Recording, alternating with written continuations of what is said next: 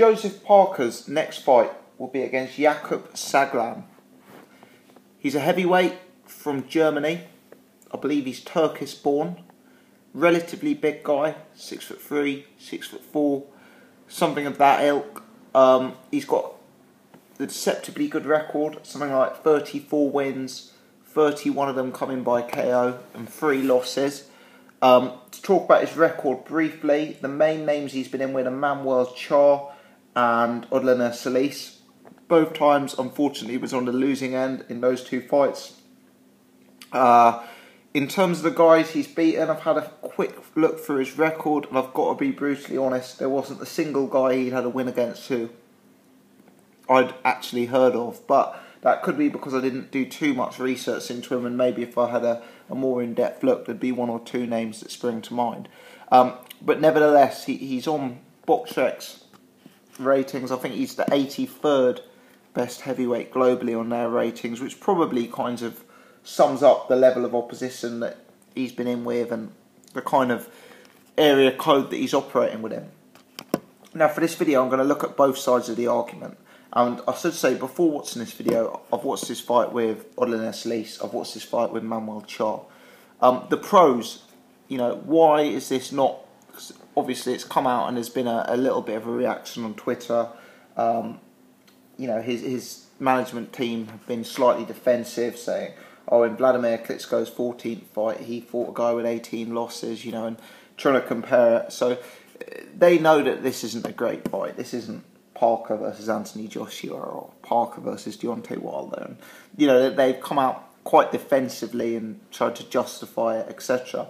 For what it's worth, I actually don't think it's a terrible fight.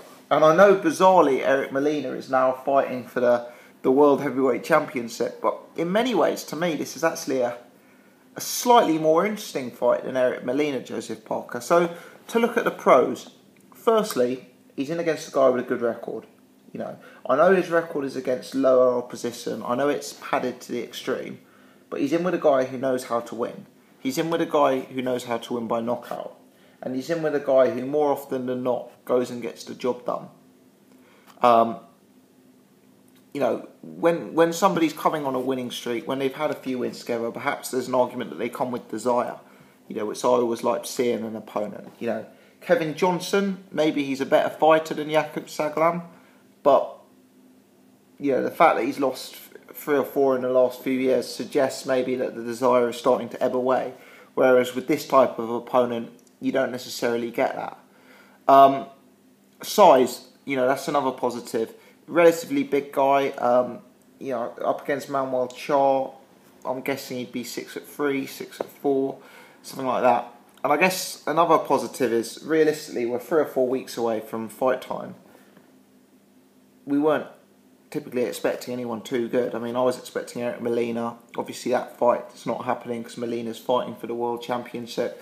So, trying to bring in a heavyweight name in 3 or 4 weeks' notice, there's a limit to who's going to be available, how unaffordable they're going to make themselves, etc. So, bearing that in mind, perhaps it's not a terrible fight. Also, having watched this guy, he comes to fight and he isn't actually an awful fighter. I mean, that Manuel Char loss is deceptive. He actually retires at the end of round 2. Some sort of shoulder injury or something like that. But let me tell you, I scored both of the first 2 rounds to Saglam. And whilst he is not a technically very good fighter, whilst he seems limited, in terms of his defence, in terms of his jab, in terms of his movement, he's like a heavyweight brawler, if you like. He's a guy who comes to fight.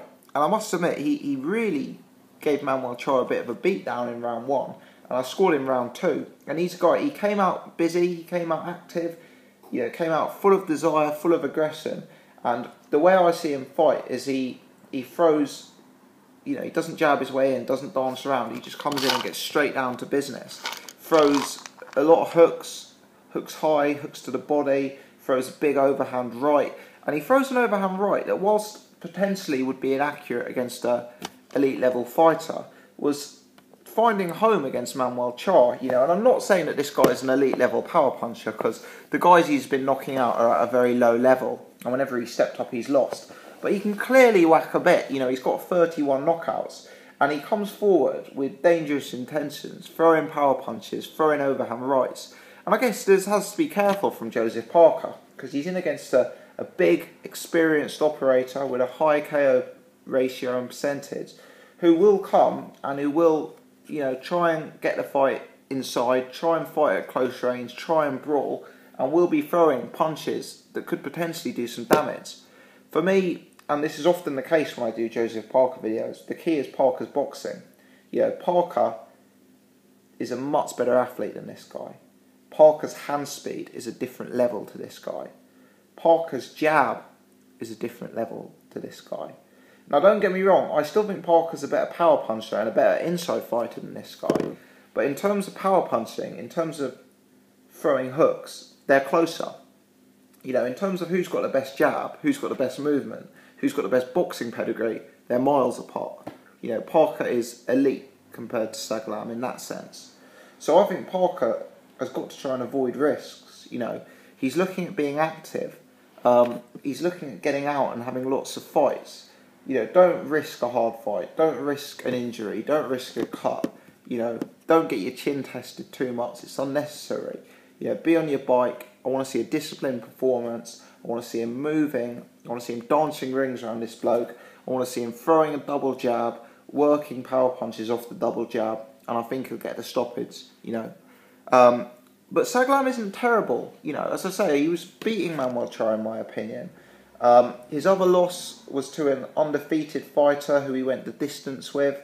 And then also, as I say, you've got the Odlanair-Solis fight. And that Odlanair-Solis fight, Solis probably did outclass him. I guess Solis, on his day, is a classy fighter.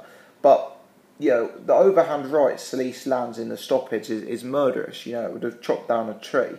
And Odlanair-Solis, despite the fact he's out of shape, he's fat, he throws that overhand right with such speed and such precision that, it can take someone's head off. So I don't necessarily begrudge him that knockout. He showed a lot of heart. He didn't go straight down after taking that, which most heavyweights did. He tried to get back up. As I say, the KO loss to Charr, very, very deceptive. So I think there's a bit to like about this guy. The major negative, obviously, is that he's not beaten anyone who's anyone. But if you watch this fight against Manuel Charr, and it's only 2 rounds, perhaps it isn't as terrible a fight. And perhaps this is the kind of guy who could be getting wins over the Eric Molinas and the Christian Hamers of this world. He's got some capability. Big guy, very aggressive, throws down and really comes to take someone's head off. I guess the other positive for Parker is maybe he's kind of sacrificed having a big fight here because he wanted to get the training experience in at Klitschko camp. And at the end of the day, if he got a few weeks sparring with the champ and this fight, it's probably more beneficial for his future development and career than taking a fight with an Eric Molina. In terms of what you'd learn, I'd say the exposure with Klitschko is paramount. Clearly in terms of the negatives, I mean, this Saglam, I've made a few points as to why he's not terrible, but he's got relatively slow hand speed. He's quite plodding in terms of his movement. He's quite route one. He's pretty predictable. He only tends to throw looping wide punches. He doesn't really jab his way in. Even though he's a big power puncher in terms of his KO ratio, it's been against such a low level of opposition.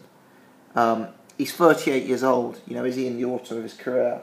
And as I say, he can be knocked out. We've seen him knocked out against Solis. A young athlete like Parker, could he get the damage done? Could he hurt him? Yes. But do you know what? My initial reaction when I saw this fight was negative. But having reflected on it, I don't think it's a bad fight. Parker's going to be active. If he's going to be active and fight 4 or 5 times a year, they can't all be against elite level heavyweights. This guy's going to come and put it on Parker. He's a big guy. And as I say, having actually sat back and watched that Manuel Charr fight, he isn't terrible. He's predictable. He's inaccurate. He's wide. He's not very technical. But Parker needs to be sensible here. We've seen Parker when he was young in his career getting involved in wars, getting cut with lesser fighters. What he's got to do is make sure that overhand right that Saglam throws isn't anywhere near his chin. What he's got to make sure is that he's not a stationary target when Saglam is marching forward, throwing left hook, right hook, left hook, right hook, head body, head body. He's got to be on his bike, he's got to be using the jab. And if he does that, he can make this guy look silly. Hand speed, foot speed, athleticism, movement. You know, Parker, absolutely dominant. But this guy's going to come in, he's going to try and get in close, he's going to try and fight at short range, and he's going to be throwing power punches. And at one point when he hits Parker, Parker's got to not lose his head, he's got to not get sucked into a war, he's got to get on his bike, use the jab, use his legs. If he does that, I predict a comfortable night's work for Joseph Parker. I predict him breaking this guy down and stopping him. And I think that is the confident prediction here. But before you criticise this fight, go and watch the first 2 rounds of Char Saglam, and see if you agree with me that Saglam was definitely winning those first 2 rounds and won the first round pretty dominantly. Now, you wouldn't complain if it was Manuel Char Parker, would you? So maybe on that, it's worth giving Saglam a little bit of respect here. I'm interested in the fight. I'll be watching the fight. Is it Parker's? It's probably not the best opponent Parker's been in with. But as long as he's active, it's permissible. He's still young. If he's going to be active, if he's going to be taking time out to spar with Klitschko, we have to accept these kind of fights.